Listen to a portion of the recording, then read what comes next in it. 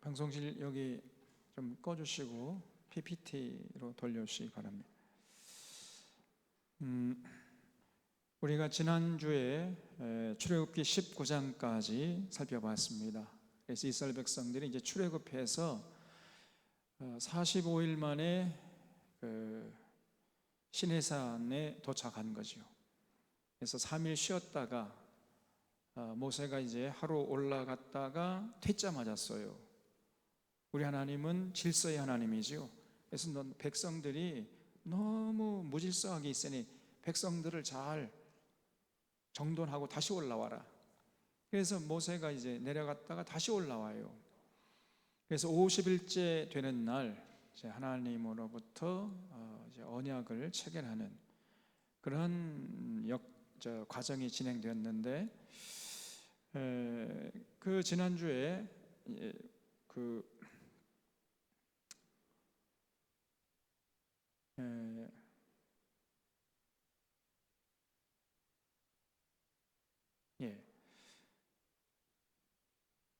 하나님께서 이스라엘 백성들 시내산에 불러 모은 다음에 시내산에 불러 모은 목적이 뭔지를 분명히 밝히셨죠. 이스라엘 백성들이 뭐 이뻐서도 아니고 이스라엘 백성들에게 뭔가 훌륭한 점이 있어서 내 백성으로 삼은 게 아니라 너희들 여기까지 불러 모은 게 아니라는 거예요. 이스라엘 백성들을 출애굽해가지고 시내산에 불러 모은 목적이 뭐냐?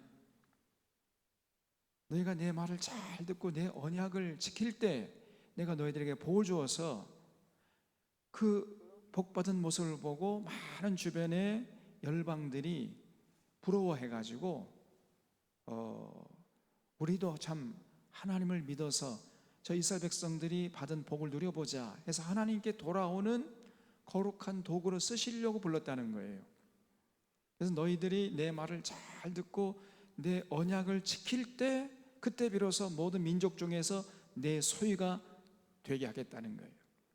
다시 말씀드리면 이스라엘 백성들이 이제 출애굽했으니까 이제 해야 할 일이 뭐냐면 하나님 백성이 되었죠. 백성이 되었으니까 이제 해야 할 일이 뭐냐? 하나님 말씀을 잘 듣고 하나님의 언약을 지키는 거예요. 그러면은 모든 민족 중에서 이스라엘 백성들이 하나님의 소유가 된다는 거예요. 다시 말씀드리면 하나님이 주시는 모든 복을 받아 누리게 된다는 겁니다. 그리고 그럴 때 이스라엘 백성들이 이제 열방들, 주변의 열방들에게 선한 영향력을 행사할 수 있게 되어가지고 그 주변의 열방들을 다 하나님께로 돌아오는 거룩한 사명을 감당할 수 있게 된다는 거예요. 그래서 이제 출애굽했으니까 이제 이스라엘 백성들이 어디에 집중해야 되냐면은 하나님 말씀을 잘 하나님의 언약을 지키는데 거기에 초점을 맞추고 거기에 삶의 열정을 불태웠어야 돼. 그렇죠? 지난주에 여기까지 말씀드렸잖아요. 이런 패러다임은 오늘 우리에도 똑같단 말씀이죠. 똑같다고 말씀드렸지요. 그래서 우리가 예수님의 은혜로 구원받았어요. 구원받았기 때문에 이제 구원받은 우리들이 해야 할 일이 뭐냐? 하나님 말씀을 잘 듣고 하나님의 언약을 지키는 거예요. 그럴 때 삶의 현장에서 하나님 주시는 복을 받아 누리고, 그러면 우리가 세상에 나가서 정말 아름답게 가치 있게 향기롭게 살아가요. 그러면 그런 삶을 보고 예수 믿지 않은 사람들이 부러워할 때 우리가 그들에게 선한 영향력을 행사할 수 있어서 이제 하나님께로 인도할 수 있게 된단 말이죠. 이런 패러다임은 구약 시대나 오늘 이 시대나 똑같습니다, 여러분. 그래서 우리가 해야 할 일이 뭐냐면은 하나님과 맺은 언약이 뭔지를 잘 듣고 그걸 지키는 거예요. 거기에 신앙의 열정을 불태우는 사람이 진짜 믿음이 좋은 사람입니다. 예배드리고 기도하고 찬양하고 이거는 늘 말씀드리지만은 그건 과정이지 그것이 끝이 아니라 그랬지요. 그래서 그런 예배드리고 찬양하고 기도하는 시간을 통해서 더 하나님을 향한 뜨거운 열정을 이제 일으켜 가지고 삶의 현장에 나가서 하나님의 말씀 또 예배 시간을 통해 들은 그 하나님과 맺은 언약을 잘 듣고 마음판에 새겨서 삶 현장에서 실천하는 거예요. 순종하는 겁니다. 그럴 때 삶의 현장에서 하나님의 영광이 드러나고, 그럼 또 우리가 거기서 하나님께 복을 받고 아름답게 살아가고 세상이 감당할 수 없는 멋진 인생이 되고, 그러면 그런 모습을 보고 이제 믿지 않은 사람들이 하나님께로 나오게 된단 말이에요. 이런 패러다임 똑같습니다. 자, 그래서 이스라엘 백성들이 이제 너희가 내 말을 잘 듣고 내 언약을 지키라 그랬지요. 이스라엘 백성들이 하나님 말씀을 잘 듣고 언약을 지킬 그 내용이 뭐냐? 그것이 20장부터 나와요. 20장에는 이제 십계명이 나오죠. 그리고 21장부터는 이제 십계명의 하위법들이 쭉 나옵니다. 그래서 이거 레위기, 또 민수기, 신명기까지 이어져요. 그래서 이거를 우리가 한마디로 일컬어서 율법이라고 하는 거예요. 율법. 그래서 여러분, 이스라엘 백성들이 그 율법이 하나님과 맺은 언약이에요. 그 언약을 잘 듣고 그거를 지켰어야 돼. 지키면은 반드시 개인은 행복하고 참 평안과 기쁨과 자유를 만끽하면서 정말 사람이 사람답게 살아가고, 그러면 사회는 평화로워요. 모든 사람들이 더불어 살아가니까 평화롭고, 그리고 국력은 막강해집니다. 그래서 감히 이방 나라가 넘보지 못하는 강력한 나라를 세울 수 있었어요. 근데 그 하나님과 맺은 언약을 지키지 않았을 때에는 개인은 불행해져요. 평안과 기쁨과 자유함이 순식간에 사라져 버리고, 그리고 사회는 불안해집니다. 그리고 국력은 약화돼. 그래가지고 주변의 열방들의 먹잇감으로 전락돼가지고 맨날 식민지로 전락하고 얻어 터지고, 이방 군인들의 칼에 맞아 죽어버리고 여성들은 성폭행당하고, 이런 역사를 기록했던 거예요. 그거에 대한 기록이 구약 성경이란 말이에요. 그래서 여러분, 20장부터 이제 그 십계명이 나오는데 이게 정말 중요해요. 이거를 지키느냐 못 지키느냐, 거기에 따라서 이스라엘의 개인의 역사뿐 아니라 개인의 운명뿐 아니라 사회의 운명, 나라의 운명이 결정되었던 거예요. 그래서 이제 이스라엘 백성들이 너희가 내 말을 잘 듣고 내 언약을 지키라 할 때 그 구체적인 내용이 뭐냐면요, 그 출애굽기 20장부터 나오는 십계명이면 십계명, 그리고 그 십계명을 풀어놓은 그 하위법들, 그거를 잘 듣고 그 언약을 지켰어야 돼요.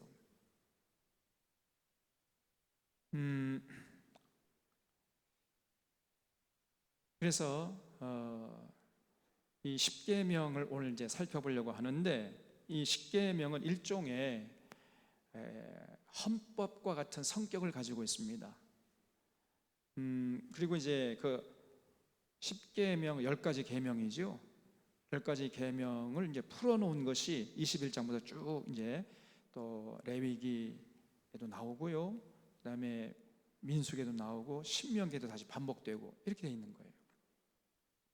그래서 여러분, 이 십계명의 정신은 영원합니다.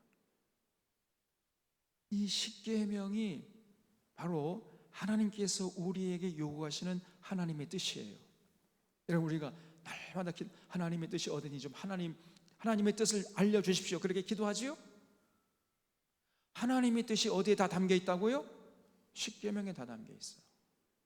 그래서 우리가 십계명대로 살면 하나님의 뜻을 완전히 받들어 사는 거예요. 하나님의 선하시고 기뻐하시고 온전한 뜻이 무엇인지 분별하도록 하라 그랬지요.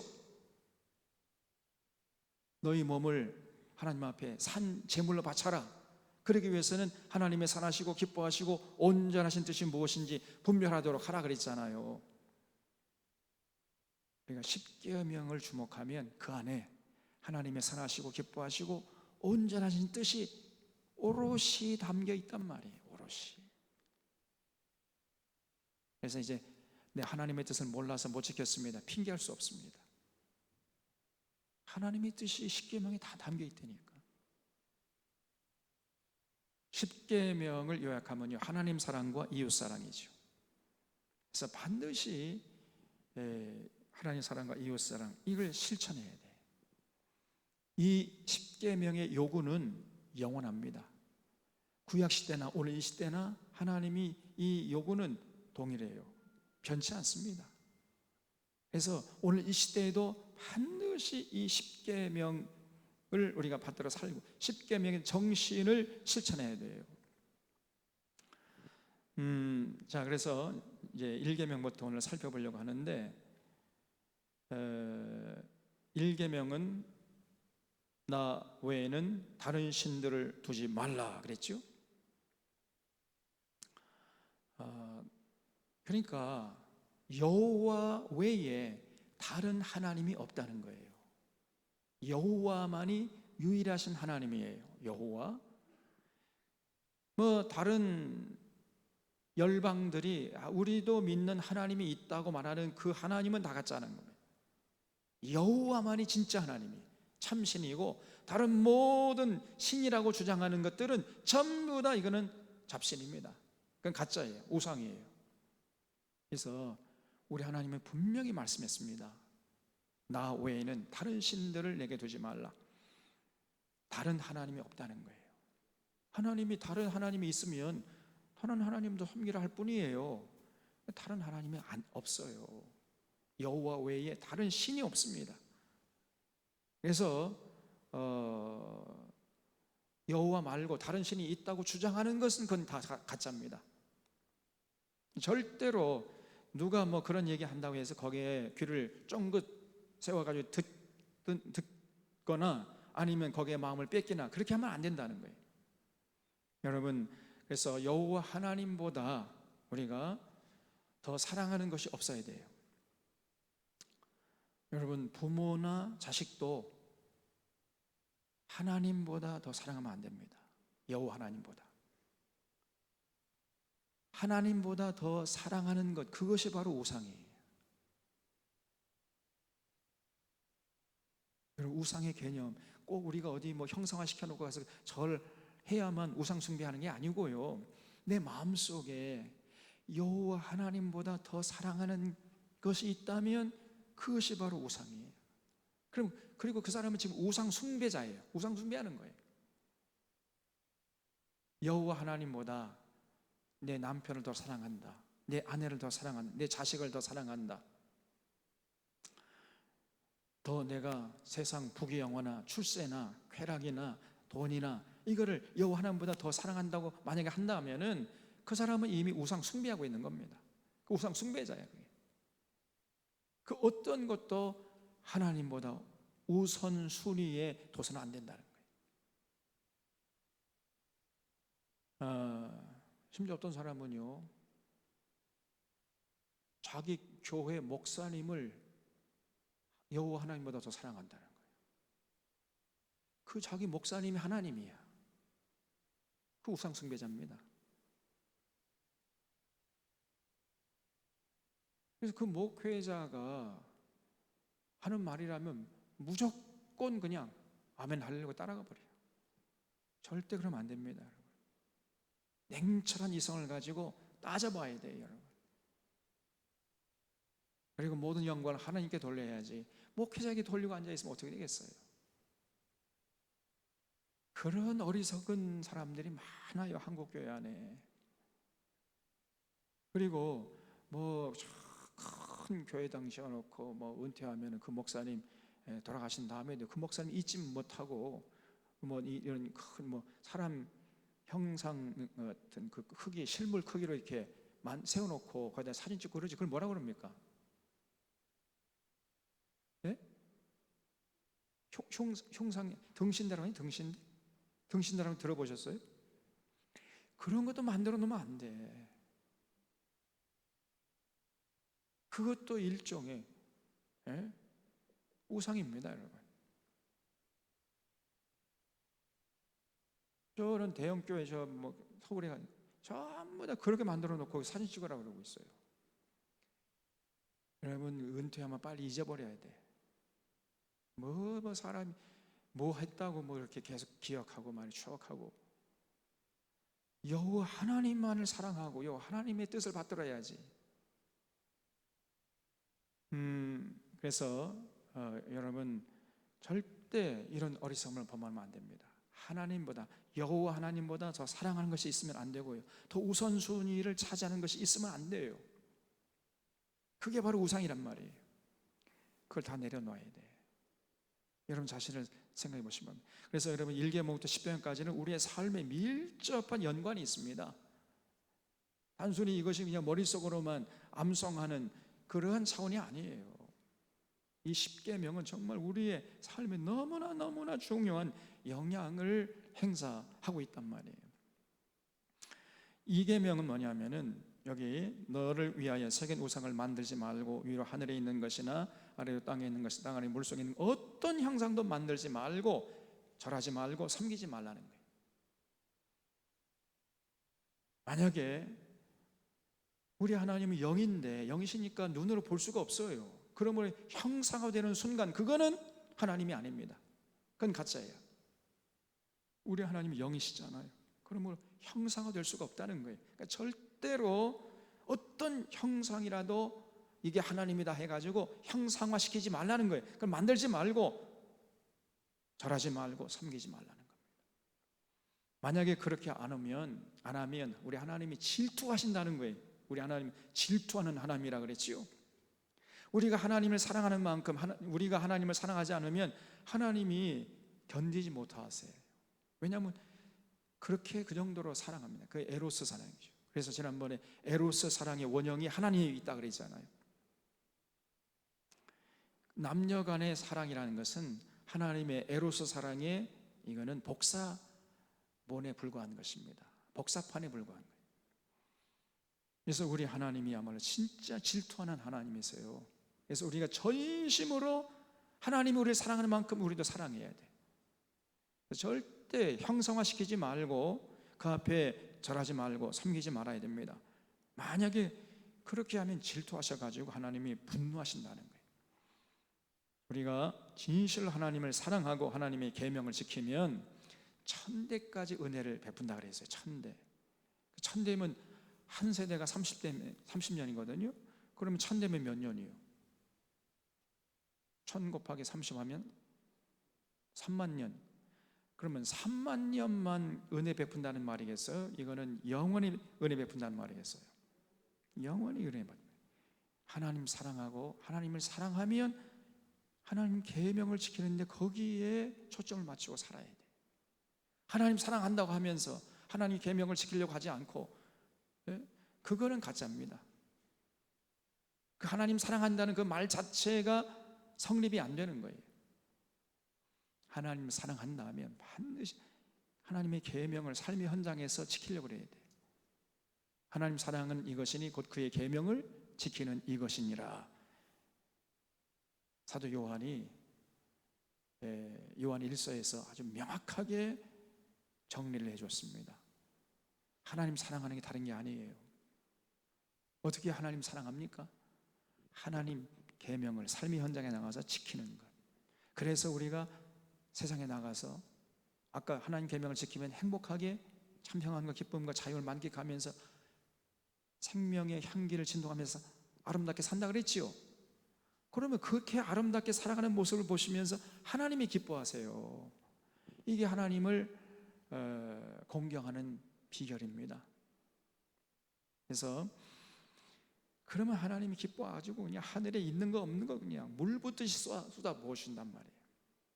그래서 천대까지 은혜를 베푼다는 거예요.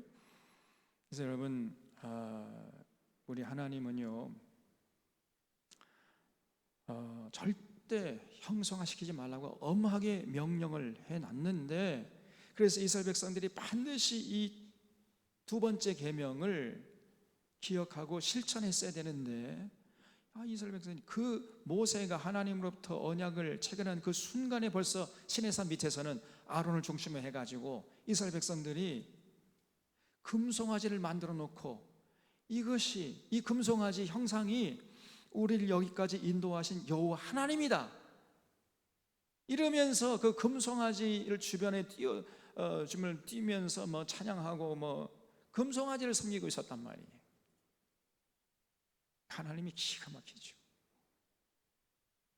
절대 하나님 형상화시키지 말라 그랬는데 그 말씀하는 그 순간에 산 밑에서는 형상화시키는 금송아지 형상을 만들어 놓고 그 앞에 절하고 뛰어놀았단 말입니다. 그래서 여러분, 절대 그런 짓을 우리가 반복해서는 안 됩니다. 예레미야서 10장 14절로 16절 말씀을 한번 보겠습니다. 예레미야서 10장 14절로 16절. 근데 그 당시에 이스라엘 백성들이 그때 아론 그때만 그러면 그렇게 하고 뭐 그 다음부터는 안 그랬는가? 계속 반복해서 그랬어요. 그러면서 하나님 마음을 아프게 했단 말이에요. 예레미야서 10장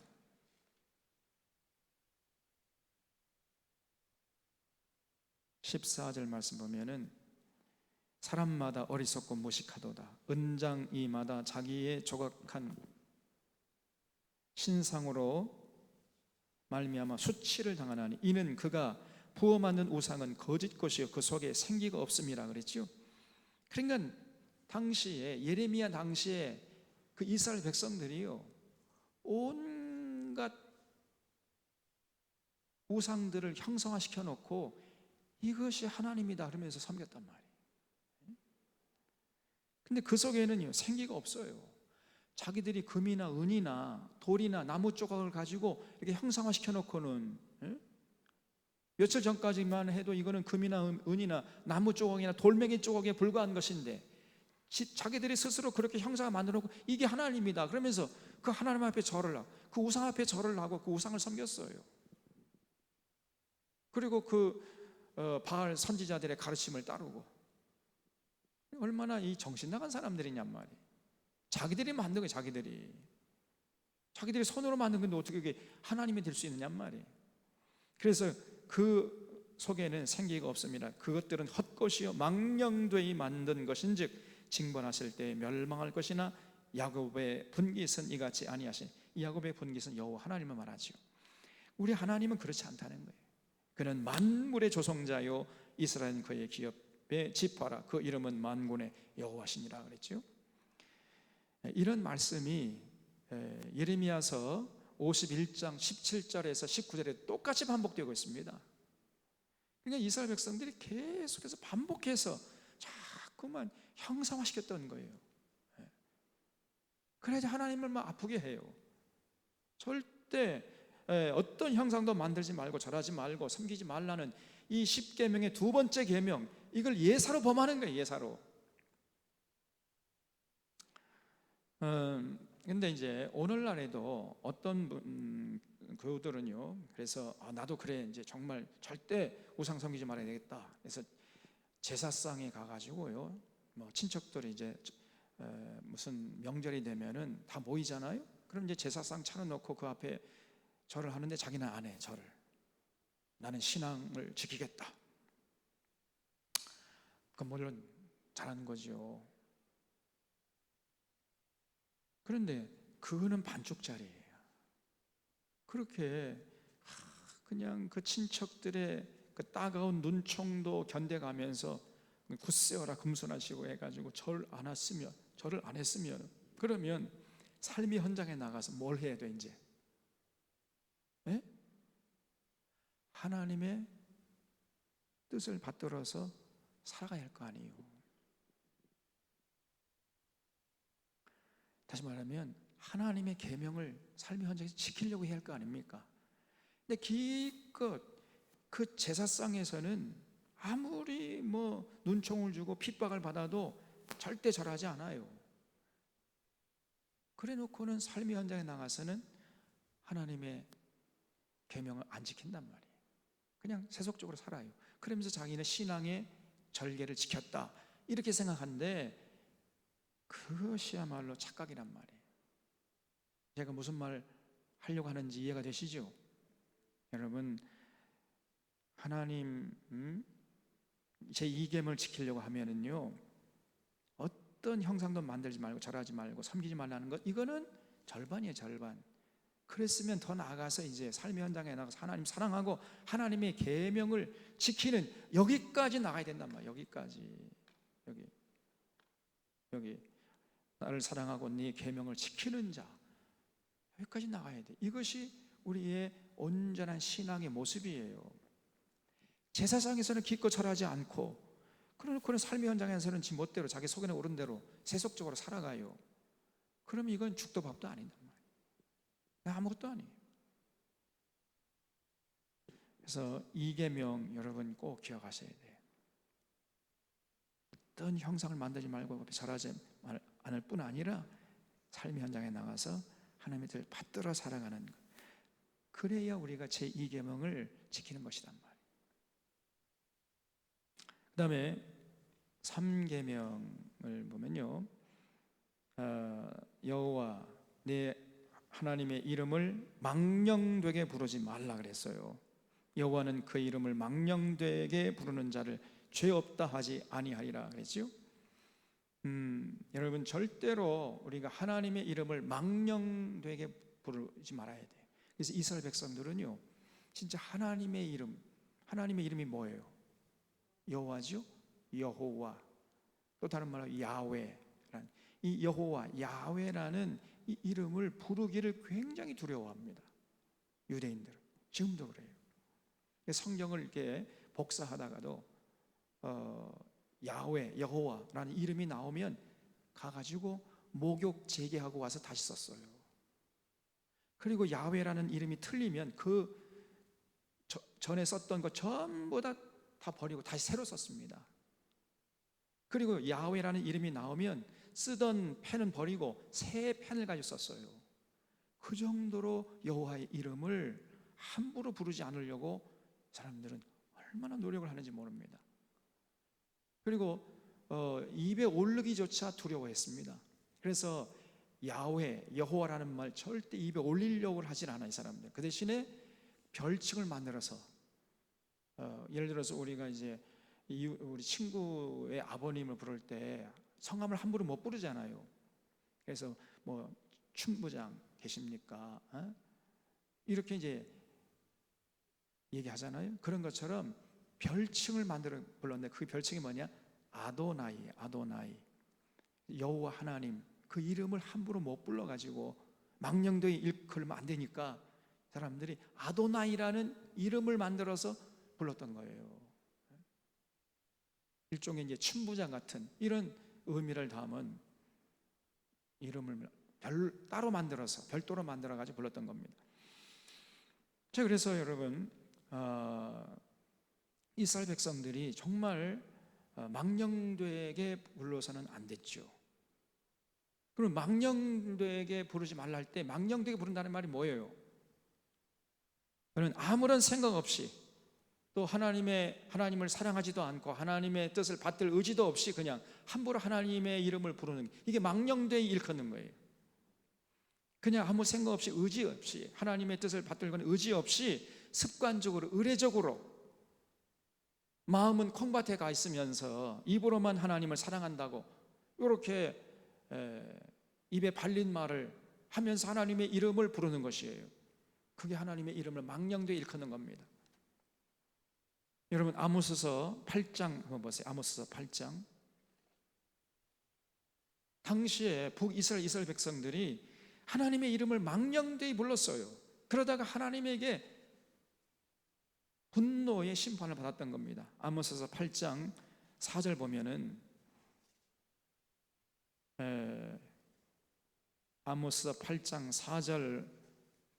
4절부터 6절까지 같이 한번 읽겠습니다. 가난한 자를 삼키며 땅에 힘없는 자를 망하게 하려는 자들아, 이 말을 들어라. 너희가 이르기를 월삭이 언제 지나서 우리가 곡식을 팔며 안식일이 언제 지나서 우리가 밀을 내게 할고 에바를 작게 하고 세계를 크게 하여 거짓 저울로 속이며 은으로 힘없는 자를 사며 신 한 켤레로 가난한 자를 사며 찌꺼기 밀을 팔자 하는도다 그랬죠. 그러니까 이 사람들이 예배를 열심히 드렸다는 거예요. 이 월삭과 안식일, 그러니까 예배 드리는 시간이죠. 예배를 열심히 드렸어요. 그런데 그 예배를 드리는 그 시간에 마음은 어디가 있었어요? 콩밭에 가 있었다는 거예요. 그래서 월삭이 언제나 지나서 우리가 곡식을 팔겠느냐, 아니 조금 좀 장사해가지고 뭔가 좀 돈 좀 벌려고 하면은 또 절기가 돌아오고 또 좀 장사가 되려고 하면은 안식일이 돌아오고, 그러니까 이 사람들이 안식일을 안 지킬 수는 없으니 지키면서 이렇게 안식일이 자주 돌아와. 그냥 젠장 돈 좀 벌려니까 말이에요. 그러면서 마음은 콩밭에 있다는 거예요. 그런 식으로 예배 드렸어요. 의례적으로 습관적으로 체면치레로 이렇게 예배 드렸던 겁니다. 그래서 이 사람들이 예배를 안 드렸기 때문에 하나님께 책망받은 게 아니라 예배를 드리긴 드렸는데 그냥 의례적으로 습관적으로 아무런 하나님 사랑하는 마음도 없고 하나님의 뜻을 받들겠다는 거룩한 의지도 없이 그냥 예배 드린 거예요. 예배 습관적으로. 그래서 하나님을 분노케 했던 것입니다.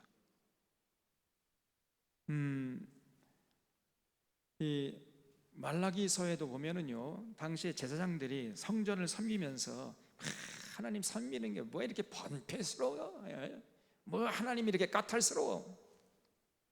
당시에 제사장들이 이제 성소에 오른쪽에 떡상이 있었거든요. 진설대. 그 진설대에다가 그 떡을 일주일마다 12개씩 만들어서 두 줄로 이렇게 진설하고, 일주일이 지나면 그걸 걷어내고 또 새로 만든 빵을 12개 만들어 가지고 두 줄로 진설하고, 이렇게 하는 일을 제사장들이 했거든요. 그런데 그 하면서 그냥 자꾸 의례적으로 불평하면서 뭐 이렇게 까다로워, 뭐 꼭 한 주마다 이거 갈아내야 돼, 이거 한 달에 한 번씩 갈아내면 안 되는 거야?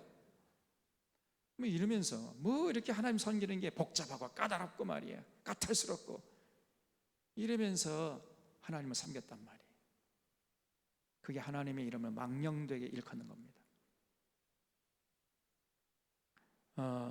여러분, 또 지난번 우리가 오늘 이 시대로 생각해 보면은, 지난번 대선 때 많은 목사들, 많은 또 교인들이 이단 사이비와 결탁된 후보를 지지한다고 그랬죠, 공개적으로.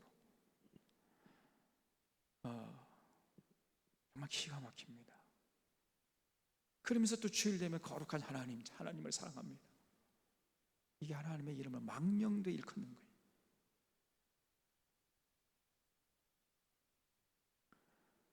정말 이거는 씻을 수 없는 죄를 지은 겁니다. 아니 어떻게 저 신천지 이단 사이비의 지지를 받고 거기에 연루된 그 이 신천지를 그때 박멸할 수 있는 기회였거든요. 근데 그 신천지의 본부, 과천 본부, 거기를 검찰이 가가지고 거기를 수색해가지고 그걸 박멸할 수 있는 기회, 절호의 기회였는데 그 윤석열이 그걸 막아버렸잖아요. 못하게.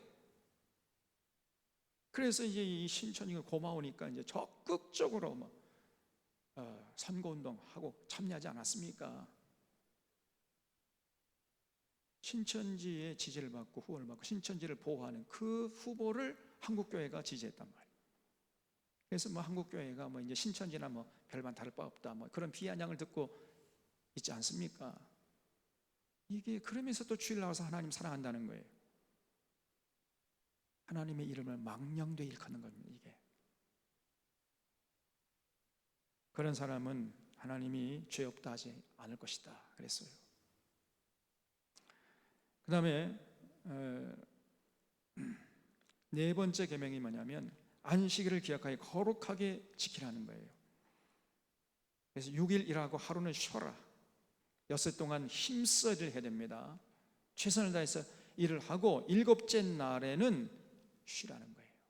안식의 계명의 핵심은 쉬는 겁니다. 다시 말하면서 6일 동안 먹고 살기 위해서 하던 그 일들을 하지 않는 거예요.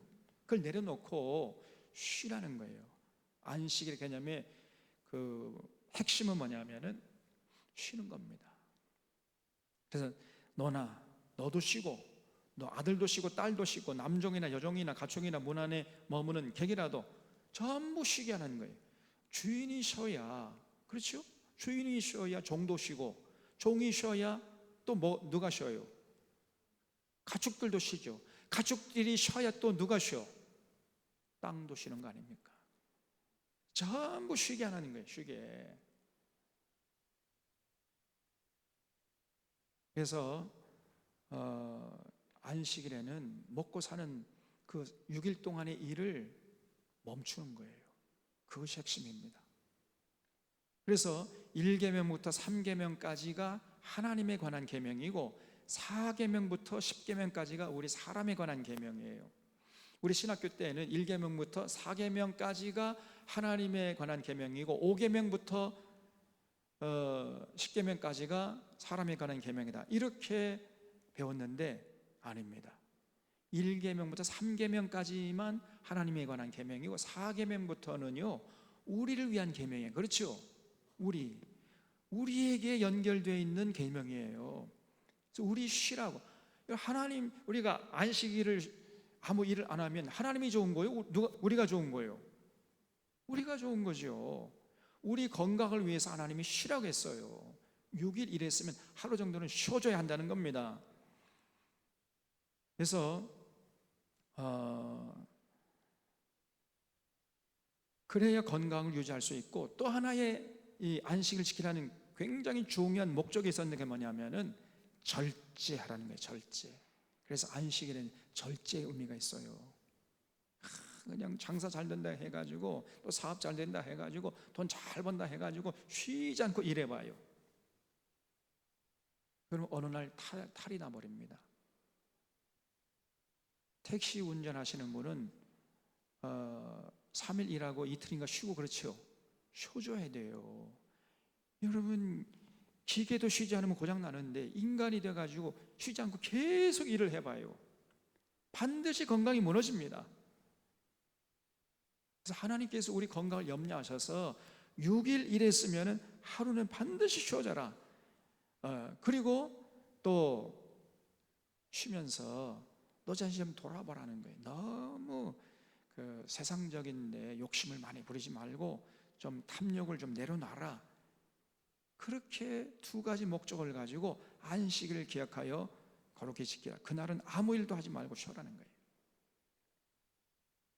그래서 이스라엘 백성들이 이제 출애굽해 가지고 광야에서 40년 사는 동안에 반드시 이 계명을 지켰어야 됐습니다.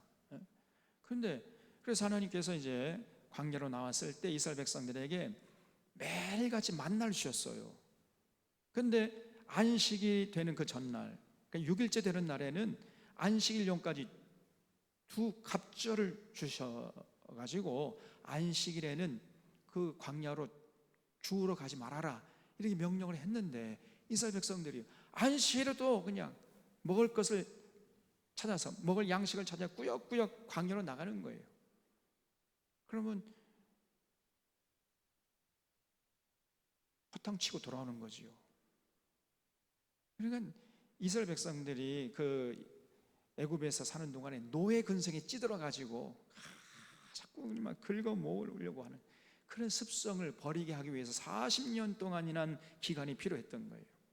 그래서 6일이라면 충분히 먹을 걸 줄 테니까 하루는 쉬어라. 그리고 세상 욕심 이제 내려놔라. 이 훈련을 40년 동안 하나님이 시킨 거예요, 광야에서. 여러분, 그래서 오늘 이 시대에 우리가 6일이라고 하루 쉬는 것, 주일 지키는 건 굉장한 의미가 있는 겁니다. 하루 일하고 6일 일하고 반드시 쉬어줘야 돼요. 공부도요, 쉬지 않고 하루도 쉬지 않고 계속 공부하는 학생하고 6일 공부하고 하루 쉬었다가 또 6일 공부하는 학생하고 누가 공부를 더 잘하겠어요? 이거는 벌써 검증이 끝난 겁니다. 교육학자들이 다 검증을 해봤더니 놀랍게도 하루도 쉬지 않고 계속해서 공부하는 학생보다 6일 공부하고 하루 쉬고 6일 공부하고 하루 쉬고 이런 학생이 훨씬 더 공부를 잘하더라는 거예요. 운동도 그렇습니다. 운동도요, 그냥 하루도 빠지지 말고 계속 운동 연습하는 그 운동 선수보다 6일 열심히 운동하고 하루는 쉬었다가 또 6일 운동하고 이런 운동 선수가 훨씬 운동을 잘해요. 하루는 쉬어줘야 됩니다. 반드시. 쉬는 동안에 우리 몸에서 그걸 이제 숙성시키는 거예요. 6일 동안에 습득했던 이 기술들을 숙성시키는 이런 과정이 필요하단 말이에요. 지식도, 세상적인 지식이 우리 안에 들어와 가지고 차곡차곡 이거 소화시키는 이런 시간이 필요해요. 계속 소화시키지 않고 그냥 계속 집어넣어봐요. 나중에 소화 불량에 걸립니다. 소화를 못 시켜버려요. 반드시 6일이라고 하루 쉬고, 그러면서 이제 너무 욕심 부리지 말고 교만하지 않도록 자기 자신을 돌봐야 된단 말이에요. 그래서 여러분, 네 번째 계명도 굉장히 중요한 계명이에요. 그래서 어떤 사람은 장사가 잘 된다 해가지고 그냥 주일날도 막 가게 문을 열어요. 하루 일하는 게 뭐 일하기만 하면은 막 몇백만 원 돈이 들어오는데, 어떻게 목사님 말이야, 자기는 뭐 알지도 못하면서 막 쉬라고 그러고, 이렇게 계속해서 이렇게 가게 문을 열다가 그냥 쓰러져 세 번 코피 흘리다가 죽어버려요. 아무리 돈 많이 벌면 무슨 소용이 있습니까? 그런 어리석은 자들이 많아요. 아무리 장사가 잘 돼도 6일 열심히 일하고 하루는 문을 딱 닫을 수 있기를 바랍니다. 왜 이렇게 세상이 조용해요? 그리고 다섯 번째 계명이 내 부모를 공경하라. 그리하면 내 하나님 여호와가 내게 준 땅에서 내 생명이 길리라 그랬죠. 이 다섯 번째는요, 부모 공경에 대한 계명이죠. 부모 공경은 이거는 인간됨의 최소한의 조건입니다. 이 부모 공경이 왜 중요하냐? 부모 공경을 해야 비로소 인간으로서의 존엄성을 갖추게 되는 거예요. 자기를 낳아준 부모를 공경하지 않는 자는 이거는 살 가치가 없단 말이에요. 인간이라고 할 수가 없습니다. 이거는. 부모를 공경할 때 비로소 인간으로서의 자격이 주어지는 거예요. 개돼지만도 못합니다. 이거는 개돼지도 자기를 낳아준 부모를 공경하는데, 효도할 줄 알고 그러는데, 어떻게 사람이 돼가지고 부모님을 공경하지 않는단 말이에요. 그래서 이 부모 공경은요, 인간됨의 근본이에요. 그리고 두 번째로 이 부모 공경은 모든 인간관계의 기본입니다. 인간관계의 근본이에요. 그래서 이 가장 원초적인 관계가 부자 관계 아닙니까? 아버지와 자녀 관계, 어머니와 자녀의 관계, 이게 가장 원초적인 관계거든요. 이 원초적인 관계가 원만할 때 이런 경험을 통해서 이제 다른 대인 관계, 또 사회적인 관계 속에서도 원만한 인간관계를 맺어갈 수 있는 거예요. 그래서 이 부모와의 관계가 좋지 못한 사람은 절대로 세상에 나가서 원만한 인간관계를 유지할 수가 없습니다. 이 부모 공경이 인간관계의 기본이에요. 그리고 세 번째는 이 부모 공경이 왜 중요하냐면요, 이거는 신앙의 근본이에요. 기본이에요. 신앙생활의 기본이에요.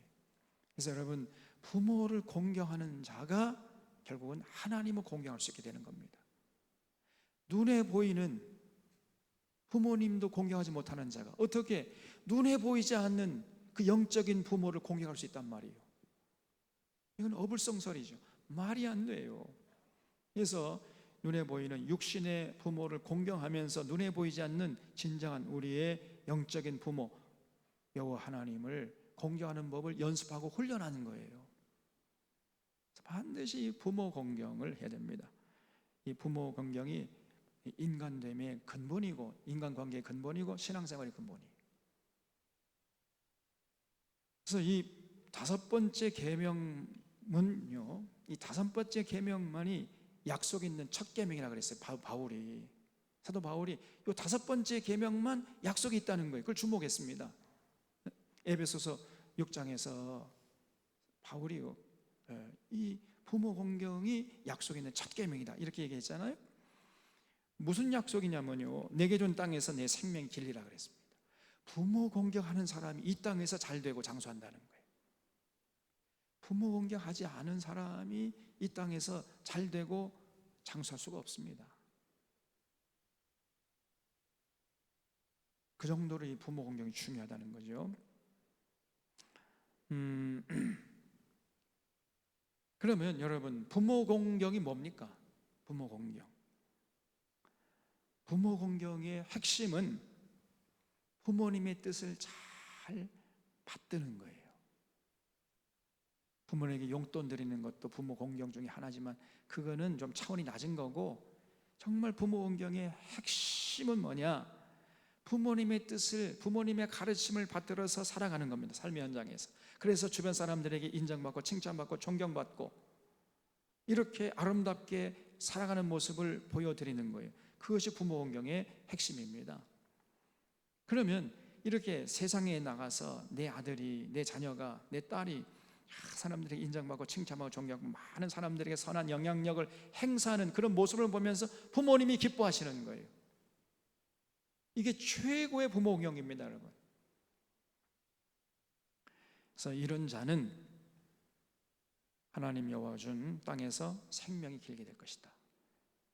이렇게 연습되고 훈련되어 있는 사람은 진짜 참 부모, 이제 그 영적인 부모 여호와 하나님을 잘 섬기겠지요. 하나님 말씀하시면 아멘 할렐루야 하고 마음에 새기고 실천할 거 아니겠습니까?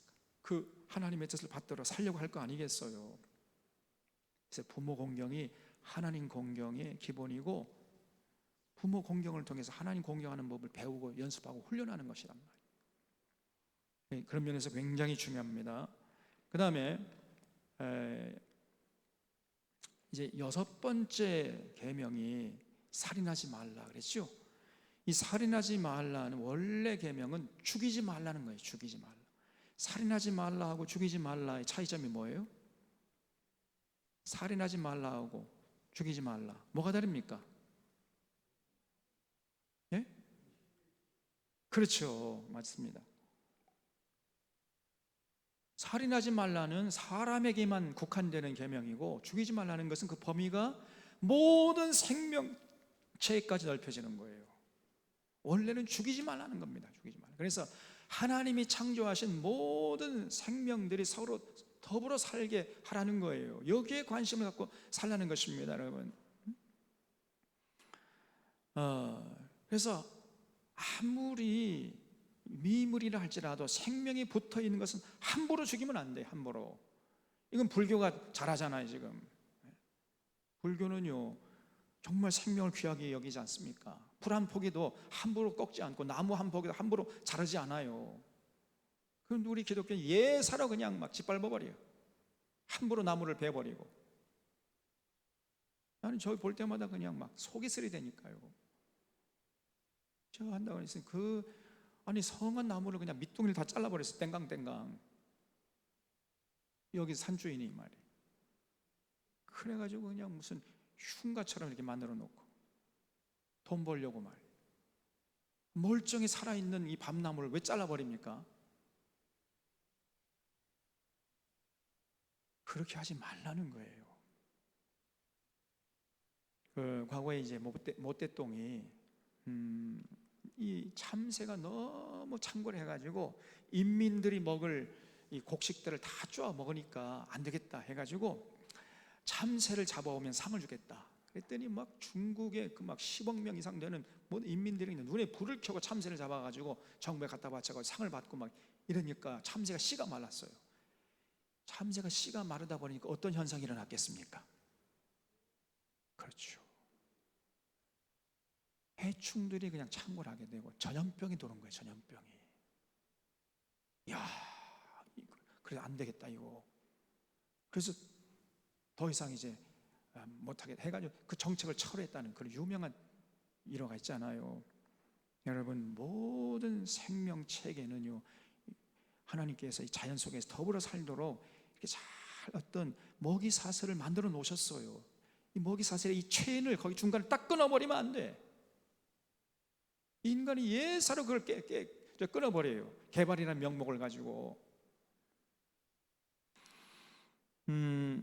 그래서 자연의 먹이 사슬이 깨지면 큰 재앙이 닥치는 겁니다. 그래서 모든 생명이 공생하고 공존하도록, 이것이 하나님의 창조 질서예요. 자연이 모든 생명을 품고 공존 공생하도록 역사하고 있는데 자꾸 자연을 파괴하니까 결국은 공존 공생하는 이 자연의 질서가 지금 파괴되기 때문에 지금 이 지구 환경이 이렇게 돼가 지금 이 지구가 멸망 단계에 있다, 막 이런 얘기가 심심찮게 들리지 않습니까? 결국은 우주적인 재앙이 들이닥치는 거예요. 그래서 이 여섯 번째 계명이 얼마나 위대한 계명인지 알 수가 없는 거예요. 죽이지 말아라, 함부로.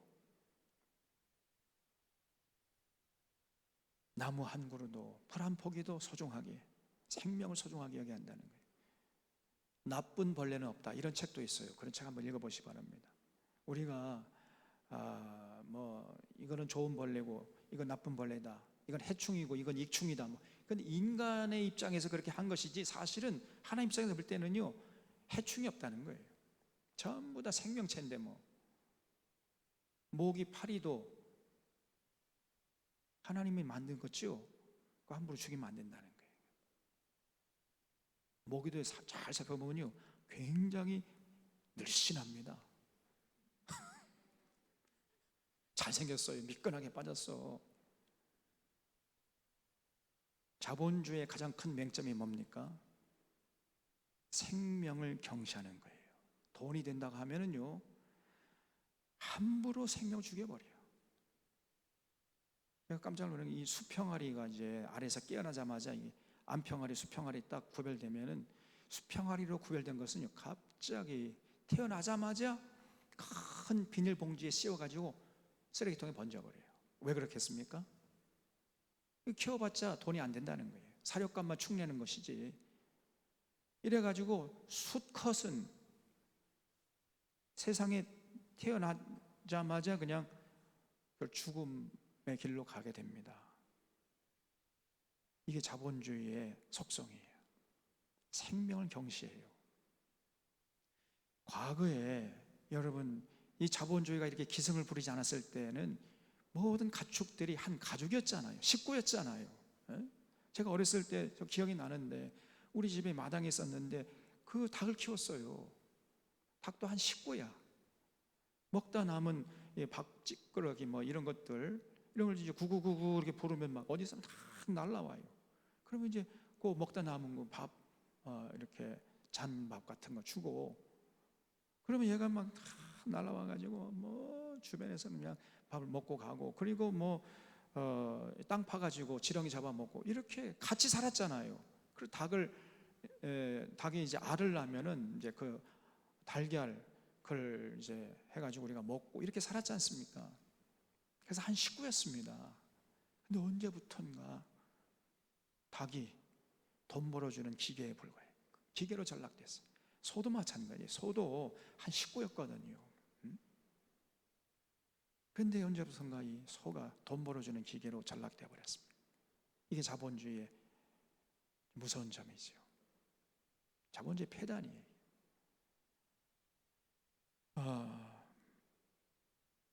돈을 위해서라면요, 서슴없이 생명을 죽이는 거예요. 사람도 돈 주면은 사람도 죽인다니까. 그거를 청부살인업자라고 그러죠.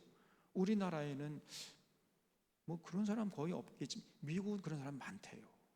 돈만 갖다 주면은요, 사람을 죽여줘, 대신. 이 자본주의가 얼마나 무서운지 알 수 없습니다. 그래서 절대 우리는, 믿는 사람들은 거기에 휘둘리면 안 돼요. 돈이 최고의 목적이 되면은요, 생명 경시 사상에 물들어 버려요. 함부로 생명을 죽이는 거예요, 그냥. 일곱 번째 계명은 간음하지 말라 그랬죠. 성적 타락을 경계하라는 거예요. 다른 계명은 다 몸 밖에서 짓는 죄인데, 이 일곱 번째 계명만큼은 몸 안에 짓는 죄예요. 그래서 여러분, 우리 하나님은 이 죄를 굉장히 크게 생각합니다. 소돔과 고모라 성이 왜 망했죠? 왜 하늘에서 불이 내려가지고 다 잿더미가 되었습니까? 소돔과 고모라 성에 성적 타락이 만연했기 때문에 그런 거예요.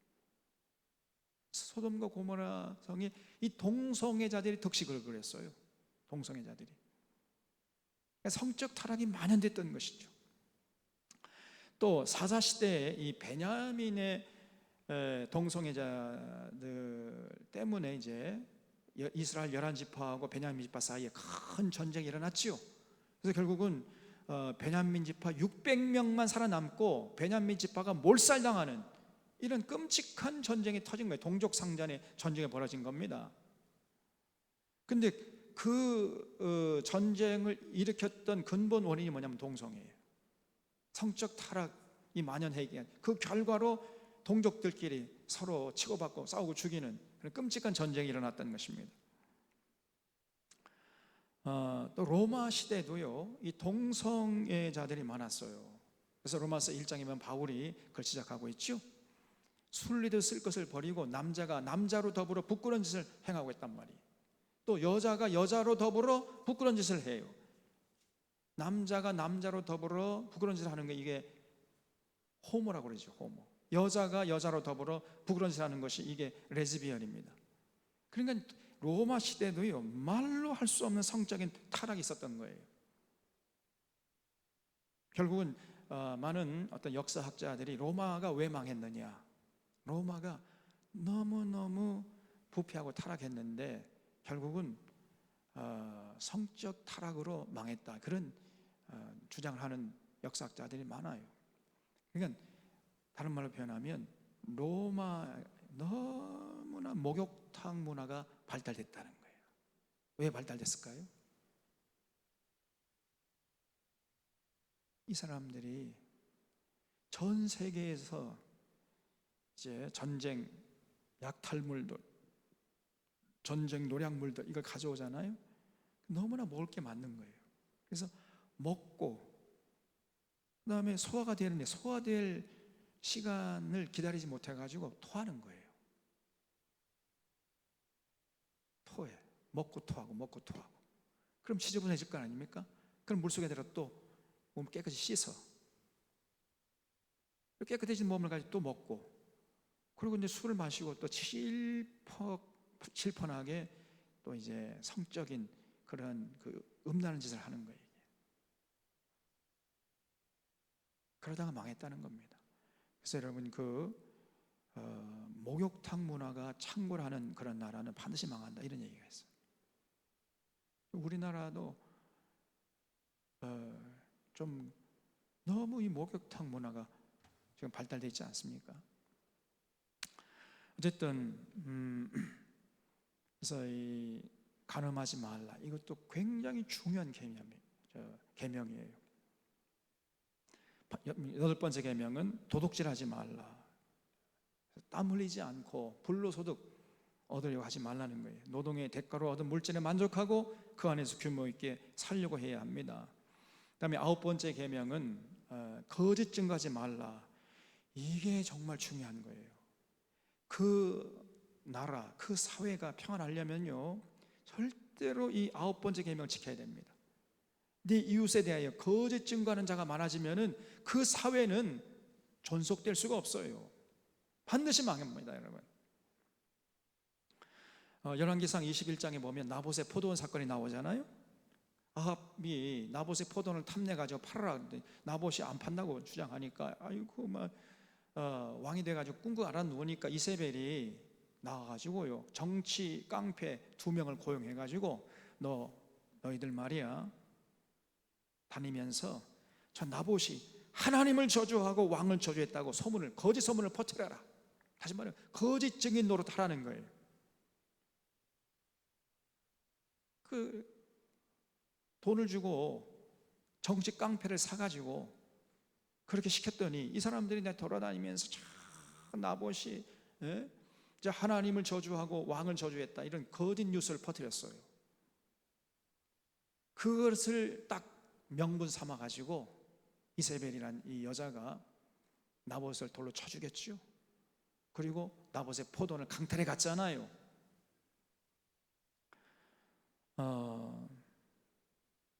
이게 거짓 증거가 이렇게 무서운 결과를 낳는 겁니다. 여러분, 오늘날에도 백주대낮에 이런 일들이 벌어지고 있어요. 제가 어제 그대가 조국이라는 영화를 봤습니다. 그대가 조국이라는 영화를 반드시 보셔야 돼. 요즘 청년들이 이 봐야 할 영화는 안 봐요. 그러면서 민주주의를 누리기를 원해, 멍청한 것들이. 여러분, 이런 말이 있어요. 그 나라 국민의 수준에 맞는 정부를 갖는다. 그 나라 국민들은 자기들의 수준에 맞는 정부를 갖는다는 거예요. 그런 영화를 봐야 되는데. 그러니 여기 가니까 그 극장에 한 114석인가 되는데 10명 안팎으로 봤습니다. 텅텅 비어 있는 거예요. 그러니 저는 거짓 증거하는 놈들이 활개를 치고 저는 대권을 잡고 대통령이 돼가지고 이 나라를 다스리고 있으니 말이에요. 나라가 민주주의가 어떻게 되겠느냐 말이에요. 이게. 예? 반드시 그걸 보셔야 돼. 그대가 조국. 그래서 언젠가 우리가 이 교회에서 한번 그걸 상의하려고 그래요. 반드시 그걸 보셔야 됩니다. 거기 보면은 윤석열이 검찰 개혁을 주도하는 조국의 법무부 장관 임명을 극렬하게 반대했잖아요. 대통령에게 대놓고 대통령, 당신 말이야 이거 조국 법무부 장관 임명시키면 안 된다. 압력을. 대통령이 인사권을 도전한 거예요. 예? 이게 검찰직 공무원 아닙니까? 공무원. 임명직 공무원이 선출직 대통령의 인사권을 회방한 거단 말이에요. 그걸 못하도록 방해한 것입니다. 그래도 문재인 대통령이 그거를 압력을 거부하고 이제 임명을 하니까 그 검찰들이 그냥 막 벌떼처럼 달려 들어가가지고 한 가족을 거의 멸문지화시킬 정도로 그렇게 탈탈 털지 않았습니까? 제일 처음에는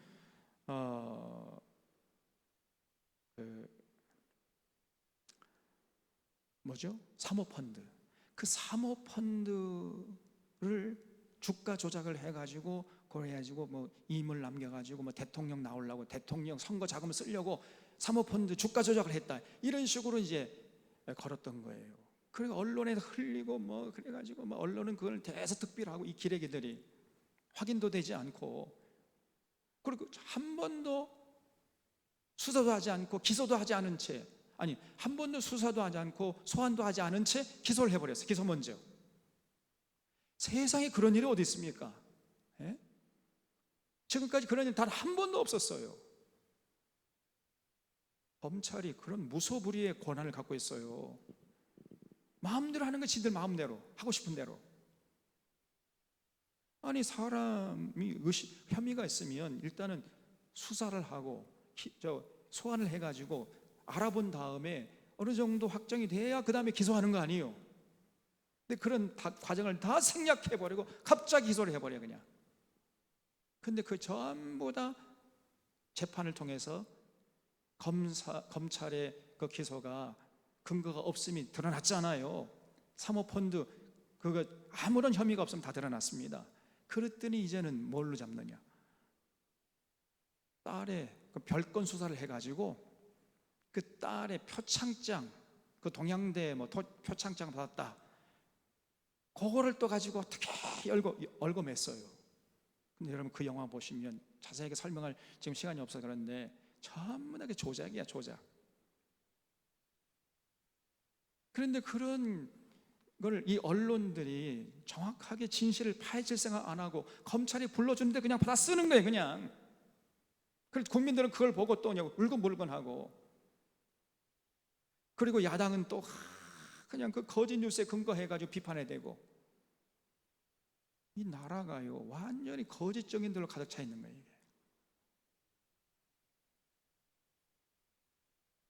이게 결국은 그 결과로 저 윤석열이가 대통령까지 된 거 아닙니까? 조국을 발판 삼아가지고 쉽게 말하면 검찰 쿠데타가 성공한 거죠. 여러분 거기에 동원된 사람들이 누구냐? 이 거짓 정인들이 바로 국힘당하고 그 타락한 언론들, 이런데 온갖 거짓 뉴스를 남발하고, 그리고 이 언론들이 검찰이 불러준 대로 그냥 또 써주고, 그 다음에 이제 최성해 총장이라는 그 동양대 총장이 또 거짓 증인 노릇한 겁니다. 거짓 증언을 한 거예요. 배구에서 이거 해주면 어떻게 뭐 뒷거리 또 이제 했겠죠. 그래서 자기가 표창장을 준 일이 없다, 그 말이 결정적으로 이제 재판에서 이제 해가지고 그 정경심 교수가 4년형을 받았잖아요. 표창장 그거 위조했다. 자기 딸 대학 입시하는데 도움이 되기 위해서 표창장을 위조해가지고 발급해 주지도 않았는데 뭐 마음대로 멋대로 해가지고 위조해가지고 발행해서 그 죄값으로 이제 결국은 4년형을 받았어요.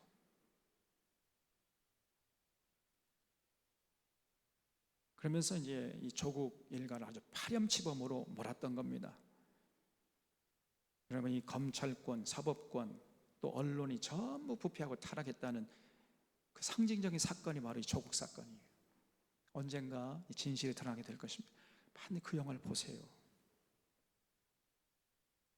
그래서 이 거짓 증거하는 일이 이렇게 일상화되고 보편화되면은 결국 그 나라, 그 사회는 유지될 수가 없어요. 망하는 겁니다. 이제 누가 의인으로서 살려고 하겠어요? 누가 나라를 위해서 충성하려고 하겠습니까? 어떻게 조국 같은 사람이 또 다시 나올 수가 있겠느냐 말이에요. 의인이 악인이 되고 악인이 충실이 되는 이런 세상이면 어떻게 그런 나라가 유지될 수 있겠느냐 말이에요. 그래서 이 거짓 증거하지 말라, 이 계명이 너무너무 중요한 거예요. 그 사회 공동체를 묶어내는 너무나 중요한 계명입니다. 우리가 또 범하기 쉬운 거짓 증거 중에 하나가 있어요. 우리들도 뭐 이건 남의 얘기가 아닙니다. 우리 얘기일 수도 있어요. 뭐냐면은 자꾸만 거짓 뉴스를 이웃에게 전파하고 있어요, 한국교회가. 그래서 한국교회를 요즘에 일명 카톡교라고 그러는데, 카톡교.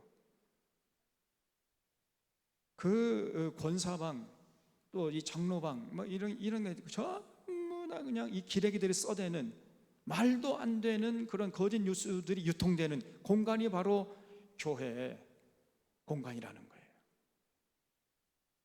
확인되지 않는 이런 거짓 뉴스들이, 문재인 정부가 뭐 사회주의를 지향하고 있다는, 이 나라를 공산화시키려고 한다느니, 문재인이가 간첩이 빨갱이, 이런 확인되지 않는 그런 자료들이요, 교회 공식적인 카톡 방을 통해서 계속해서 확대 재생산되고 있단 말이에요. 지금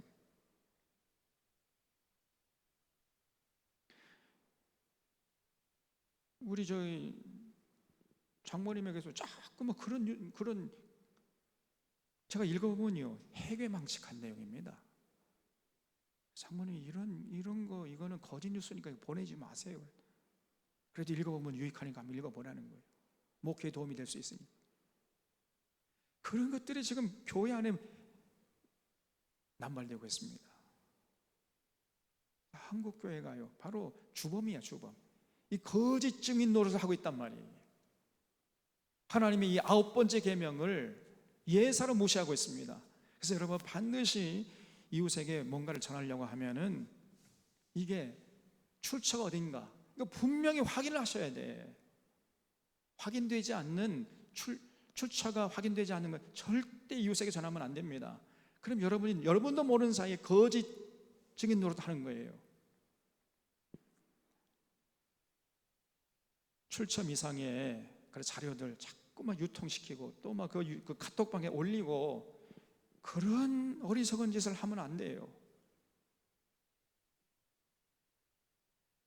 그다음에 10번째 계명은 내 이웃의 집을 탐내지 말라 그랬죠. 결국은 이웃의 소유를 탈취하는 것, 이게 큰 죄라는 거예요. 그거 하지 말라.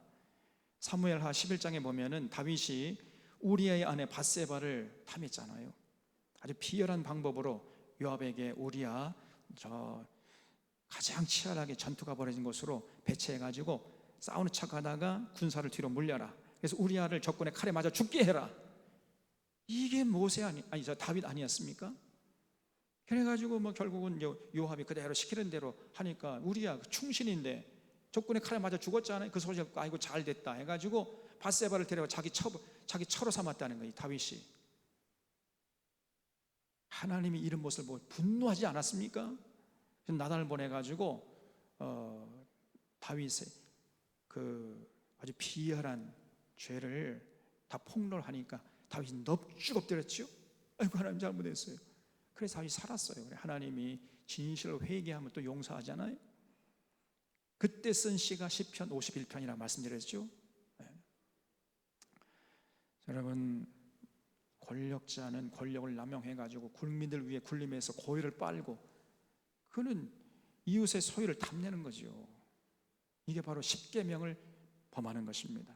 또 재판장이 뇌물 받아먹고 재판을 굽게 하고 죄 없는데 죄 있다 하고 죄 있는데 죄 없다 하고 그러면 지금 이웃의 소유를 탐내는 거예요. 이게 10번째 계명을 범하는 겁니다.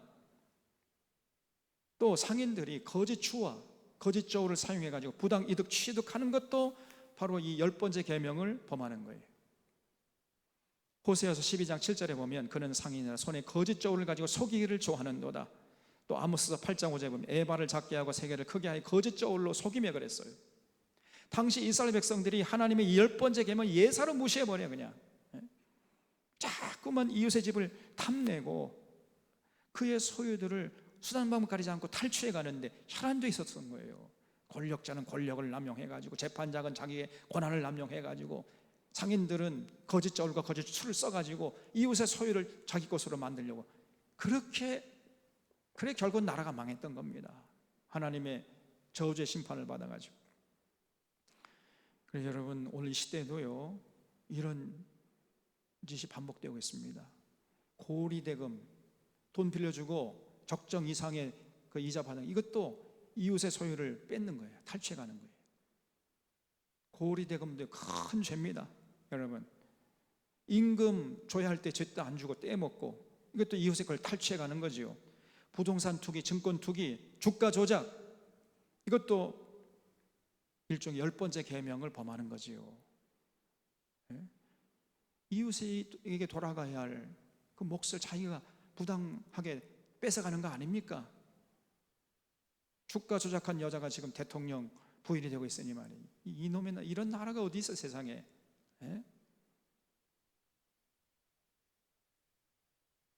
저런 자들은 하나님의 심판을 면치 못하는 거예요. 저는 살았으나 죽은 자입니다. 밥을 똥으로 만드는 기계에 불과한 것들이에요. 여러분 그래서 이 10가지 계명을 우리가 심각하게 생각하고요. 십계명이 중요합니다. 이스라엘 백성들이 하나님과 맺은 언약을 충실히 지켰어야 되는데 지켰을 때 복을 받고 개인은 평화롭고 기쁨을 누리고 참 자유를 누리며 사람답게 살 수 있었고요. 사회는 평화롭고 모든 사람이 사랑하며 더불어 살 수 있었고 국력은 강해가지고 감히 어떤 나라도 침범하지 못하는 강력한 나라를 이룰 수가 있었습니다. 그러나 이 계명을 지키지 않았을 때에는 개인은 불행해지고 사회는 불안해지고 국력은 약화되어가지고 이방의 식민지로 전락했던 거예요. 이것에 대한 기록이 구약성경입니다. 그때마다 하나님께서 예언자를 보내가지고 그 언약 지킬 것을 외쳤던 거예요. 이 십계명 지켜라. 그래서 말라기 선지자는 이 십계명이 생명과 평안의 복이라 그랬어요. 오늘날도 반드시 이 십계명을 지켜야 되고 모든 교우들은 바로 이 십계명 지키는데 거기에 신앙의 열정을 불태워야 돼. 이게 온전한 신앙인의 모습입니다. 다른 거 하지 말고 물론 다른 것도 해야 돼. 그거는 비본질적인 거. 정말 본질적인 게 뭐냐? 십계명 지키네. 십계명. 이게 하나님의 뜻이에요. 하나님의 사랑하시고 온전하시고 기뻐하시는 뜻입니다. 이 십계명이 영원히 변치 않는 하나님의 요구입니다. 그래서 이 요구를 성실하고 정직하게 충성되게 지키는 것, 이것이 신앙생. 이것이 신앙이에요. 그래서 여러분 한번 10계명 마음에 새겨봅시다. 첫 번째 1계명 한번 여러분 다 한번 해보세요. 1계명. 두 번째 계명 절하지 말고 섬기지 말라. 세 번째 계명 하나님의 이름을 망령되이 일컫지 말라. 네 번째 계명 안식일을 기억하여 거룩히 지키라. 다섯 번째 계명 너의 부모를 공경하라. 여섯 번째 살인하지 말라. 일곱 번째 간음하지 말라. 여덟 번째 도둑질하지 말라. 아홉 번째 내 이웃에 대하여 거짓 증거하지 말아라. 10번째, 내 이웃의 소유를 탐내지 말라. 여러분, 이게 우리 마음판에 새기고 이걸 실천하면서 살아야 돼요. 이것이 신앙생활입니다. 이걸 지켰을 때 이스라엘 백성들은 행복했고, 지키지 않았을 때 하나님의 심판받았던 거예요. 꼭 기억하시고, 이제 그 이후에 구약 성경의 모든 기록이 이런 관점에서, 이스라엘 백성들이 여기 지켰는지 안 지켰는지 이런 관점에서 구약 성경을 기록하게 나가고 있는 거예요, 사실은. 그래서 이제 민수기에서는 40년 동안 이 미디안 광야에서 이 계명을 지키는 연습을 하느라고 40년 지냈던 것이고, 가나안 땅에 들어가서는 이 계명 또 금방 잊어버리다가 우상 숭배하다가 결국은 하나님 얻어 터지고, 이런 역사를 기록했던 거예요. 거기에 대한 기록이 구약 성경입니다, 여러분. 그래서 오늘 이 출애굽기 20장, 이것이 가장 핵심 중 핵심이에요. 19장 5절에서 너희가 내 말을 잘 듣고 내 언약을 지킬 때 너희가 모든 민족 중에서 내 소유가 되겠고 제사장 나라가 될 것이다. 그 구체적인 내용이 십계명이란 말이에요. 잊지 마시고, 이런 패러다임 오늘날도 똑같다는 것. 우리 사랑하는 샤론의 교우들은 하나님을 사랑하기 때문에 하나님께 맺은 이 언약, 이 십계명을 마음판에 새기고 하나님 사랑과 이웃 사랑 최선을 다해서 실천해서 하나님께 영광 돌리는 귀한 인생들 되시기를 바랍니다. 기도하겠습니다.